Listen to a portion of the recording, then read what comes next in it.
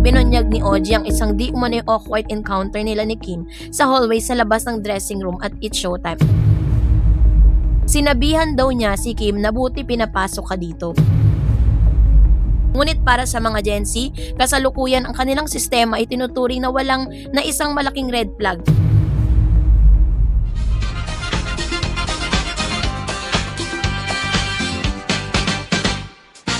Miss Raisa May Dizon and Oji Diaz, sisama pa natin si Bimbi Aquino Yap. Abay ipinagtanggol ng isang aktres laban kay Miss Kim Chu. So ganito po yung ating pong updates. But before that, if you haven't subscribed yet to my YouTube channel, please don't forget to like, share, and subscribe. At i-hit mo na rin ang notification bell for more showbiz updates. So hati-hati muna yung madlang people at i-ready ang iyong mga phone dahil we need to talk about the newest hot off the press bardagulan sa showbiz timeline. Nitong simula ng July 2026, literal na bulabog ang entertainment world dahil sa isang blind item style na parinig. Ang tanong ng lahat, ibinagsak din sa artikulo ng Daily Tribune, did Aiko Melendez take job at Kim Chu? Kung medyo huli kayo sa chismis o bagong gising sa algorithm ng X or dating Twitter at TikTok, let me catch you up the besties. Uminit ang diskurso sa social media matapos mag-post ang aktres at Quezon City Councilor na si Aiko Melendez tungkol sa pag-iwas sa panlalait at itsura ng kapwa. Bagamat walang pinangalan ng tao si Aiko, ang mapanuring netizen ay mabilis pa sa alas 3 na i-connectar ito sa nagdaang controversial na biro ng It's Showtime host na si Kim Chu kay Raisa May Dizon. Ito na ang isang super deep dive, comprehensive at malupit na ulat at essay para himay-himayin natin ang buong chika, ang ugat ng issue at kung bakit naging matunog ang resback na ito sa showbiz industry.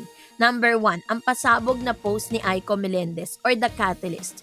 Simulan natin sa kung ano mismo ang isinulat ng premyadong aktres sa public servant na si Aiko Melendez sa kanyang Facebook account na nag-trigger sa buong internet. Nag-post kasi si Aiko ng isang napakahalaga at napapanahong paalala tungkol sa kabutihan at paggalang sa pisikal na anyo ng iba. Anya sa kanyang viral post, never joke around about anyone's physical appearance. Beauty has always been relative. What one person finds beautiful may be different for someone else. But one thing that never goes out of style is having a kind heart. Be the reason for someone's smiles today, not the reason they lose confidence. Kindness will always be the most beautiful thing in a person can wear. Sa unang tingin, napakaganda, napaka-wholesome, napaka-mindset ng kanyang mensahe. It's giving a good vibes only. At paalala para sa madlang people na maging mabait sa isa't isa. Pero alam naman natin kung paano gumana ang utak ng mga netizen at showbiz insiders. Nothing is ever random sa showbiz, lalo na kapag may kasalukuyang nagliliyab na kontrobersya. Dahil sumakto ang post ni Aiko sa matinding pambabatiko sa natanggap ni Kim Chu online, automatic na hinuha ng marami na ito ay isang banat o job na direktang pagtama kay Kimi. Para sa mga fanay, hindi ito simpleng quote lang. Ito ay isang seryosong paalala na may kasamang malupit na shade. No, sa ang ugat, ano nga ba yung naging ugat ng gulo? Ang Lotus Pit at Raisa May joke ni Kim Chu. Para lubos nating maintindihan kung bakit sapul si Kim Chu sa post na ito, kailangan nating balikan ang tinatawag na Daily Tribune na now infamous joke sa tanghaliang programa ng It's Showtime. Naging hot topic sa online world ang naging hirit ni Kim Chu sa isang episode na show habang nasa kalagitnaan sila ng tawanan. Nakita ni Kim ang kanyang co-host na si Jugs Jugweta na nakasuot ng isang nakakatawa or kakaibang costume na hango sa karakter na may kaugnayan sa Lotus Pit, isang sikat na horror suspense element sa pelikula ni Kim noong araw na End the Healing.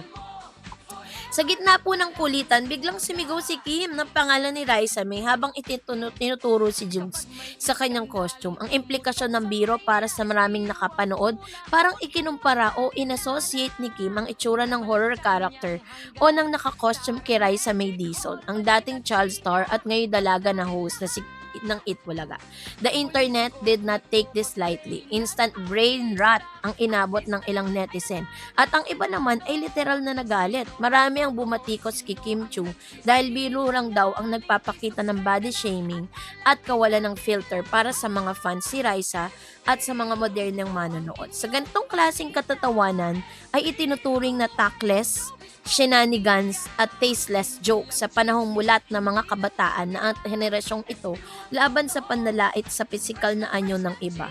Tinuring ang hirit ni Kim bilang isang malaking yikes at halimbawa ng komedyang hindi nag-a-upgrade. Oops! Ad break muna! 8 a.m. ang pasok tapos 3 a.m. ka na nakatulog kakagrind. Alam niyo yung feeling na tipong lumabas na yung kaluluwa mo sa katawan mo dahil sa dami ng kailangang tapusin. Mga mima, ang mood natin for today's video ay very much zombie. As pagod as person. Feeling ko hindi ko na talaga kaya. Pero wait lang, hindi tayo pwedeng sumuko sa life. We have dreams to chase, TikTok trends to do, at cravings to satisfy. Hindi pwedeng laging lutang. Kaya bago pa ako tuluyang kainin ng antok, kailangan na nating ilabas ang ultimate lifesaver. So, the one and only Nescafe Original. Walang etchos, ito talagang OG pampagising ng bayan. Yung tipong kahit gaano kaka-stress sa deadline, hindi ka na niya iiwan sa ere. Let's romanticize making coffee for a bit, besties. Pakinggan nyo naman yung ASMR na yan. Pagkabukas mo pa lang ng sachet, amoy mo na agad yung classic roasted coffee aroma. Amoy pa lang, alam mo nang kaya mong harapin lahat ng red flags. Today, yung tapang niya, mas matapang pa sa mga desisyon ko sa buhay lately. So, one sip, and boom, the serve! Nakabalik na ang kaluluwa ko sa katawan ko. Literally, ganito yung kape na hinahanap-hanap ko. Sakto yung tapang at sarap para i-kickstart yung utak ko. Good morning talaga sa neurons ko na biglang nagising. From zero energy to 100 real quick. No more lutang moments, no more excuses, at ready na tayo mag-slay at mag-hustle for today. Kung kailangan nyo rin ng plot armor para sa araw na yon, alam nyo na ang sagot. Kaya kung gusto nyo na ng legit energy boost na swak sa budget natin, mag-Nescafe Original na rin kayo. Bangon na at magkape, mga mima! Let's get back to the video! So, sa lalim ng tsaa, si OG Diaz naman po ay biglang sumulpot ang koneksyon at ang showbiz alliances. Ayon sa pagsusuri ng kolumnistang si Alex Brosa sa Daily Tribune, ay may malalim at mas juicy pang dahilan kung bakit sumali si Aiko Melendez sa isyong ito. Bukod sa pagtatanggol sa body autonomy at self-confidence ni Raisa May, at dito pumasok ang plot twist, ang OG Diaz connection. Alam ng buong industriya na si OG Diaz, ang sikat na talent manager at host at entertainment vlogger, ay tinuturing na matalik na kaibigan or nanay-nanayan at gabay ni Aiko Melendez sa loob ng showbiz. Sobrang solid ang kanilang samahan sa loob ng maraming taon. So bago pa man mag-post si Aiko, nagpabagsak ng sariling pasabog si OG sa kanyang vlog. Ibinunyag ni OG ang isang di umano'y awkward encounter nila ni Kim sa hallway sa labas ng dressing room at It's Showtime. Ayon sa kwento ng isang magkasalubong sila, sinabihan daw niya si Kim na buti pinapasok ka dito. Sinabihan siya. So alam niyo na po yung issue na yon. Bagamat pwedeng idaan sa biro, maraming nakaramdam na parang medyo may asidong kasamang hirit na yon. Lalo pat madalas talagang napag-uusapang mapunan sa vlog ni OG ang mga ganap ni Kim. So dahil dito, naniniwala ang kolumnista na Tribune na ang matapang na paalala ni Aiko sa Facebook laban sa panlalait at kawalan ng kabaitan at ang kanyang tapat at paraat na pagresbak at pagpanig sa kanyang nanay OG. Kumbaga sa larangan ng showbiz alliances. Kapag binangga mo yung kaibigan ko, automatic na may resback ka mula sa akin. At ginawa ito ni Aiko sa pinaka-classy, pinaka-diplomatic na paraan sa pamamagitan ng pag-post ng tamang moral na pinaninindigan. So, dahil dito, nagkaroon po ng iba't ibang reaksyon, yung publiko, 'di ba, patungkol sa bagay na ito. Nanawagan po sila ng tinatawag na accountability. Matapos pumutok ang balita tungkol sa post ni Aiko at ang koneksyon nito sa biro ni Kim, naghati po yung mga opinyon ng netizen sa iba't ibang kampo. Ito ang pangunahing sentimento ng ilan sa mga platform at banderan at iba pang mga online platform. Ang kampo ng pagsang-ayon kay Aiko, the accountability accountability advocates. Maraming netizen, lalo na mga mulat sa tamang asal sa telebisyon, ang todo papuri kay Aiko.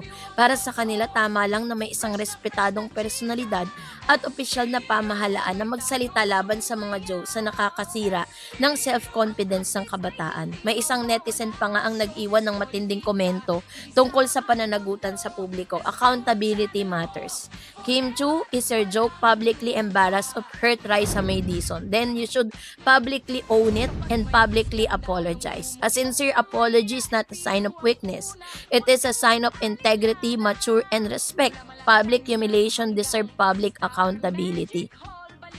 Sinabi rin ng iba na dapat nang iwanan ang comedy bar humor kapag nasa national television. Ang panonood ng television sa tanghali ay pampamilya, kaya dapat i-upgrade ang uri ng komedya tungo sa isang mas matalino at mas makataong pamamaraan na hindi nangangailangan ng pagpuna sa itsura ng kapwa para lang makapagdala ng tawa. No, ang pagtatanggol ng mga Kim Chu fans, no? Sa kabilang banda, hindi naman papauli yung mga solid defenders si Kim. Para sa kanila, masyado lang daw sensitive ang mga tao ngayon sa internet. Ang argument ng fans, kilala si Kim bilang isang masayahing tao, madalas walang mali siyang nagbibitiw ng mga salita dahil dala ng excitement at hyper energy sa loob ng live show. Wala raw intention si Kim na atakihin, na manakit, at ang pag-atake raw kay Kim gamit ang mga post sa walang pangalan isang paraan lang para palaki ng isang maliit na bagay. So sa Gen Z perspective kasi sa usapin ng body shaming sa telebisyon, kung titignan natin, ito ang gamit na lente ng modernong henerasyon. Ang issue ay nagpapakita ng isang malaking cultural shift ng Philippine entertainment. Noong araw, ang mga biro tungkol sa timbang, kulang ng balat, tangos ng ilong o pangkalahatang anyo ng isang tao ay normal na bahagi ng komedya sa Pilipinas. Sanay ang mga tao sa okrayan at laitan system para sa ratings. Ngunit para sa mga Gen Z, kasalukuyan ang kanilang sistema ay tinuturing na isang malaking red flag. Sabi nga, we strongly believe na in body positivity, mental health awareness, at inclusivity. Ang muka at katawan ng isang tao hindi dapat ginagawang punchline para sa aliw ng iba. Kaya naman, nang marinig ang mga kabataan ng hirit ni Kim, hindi ito pumasa sa kanilang pamantayan ng mabuting entertainment. Kaya naman yung paalala po ni Aiko, kindness will always be the most beautiful thing a person can wear.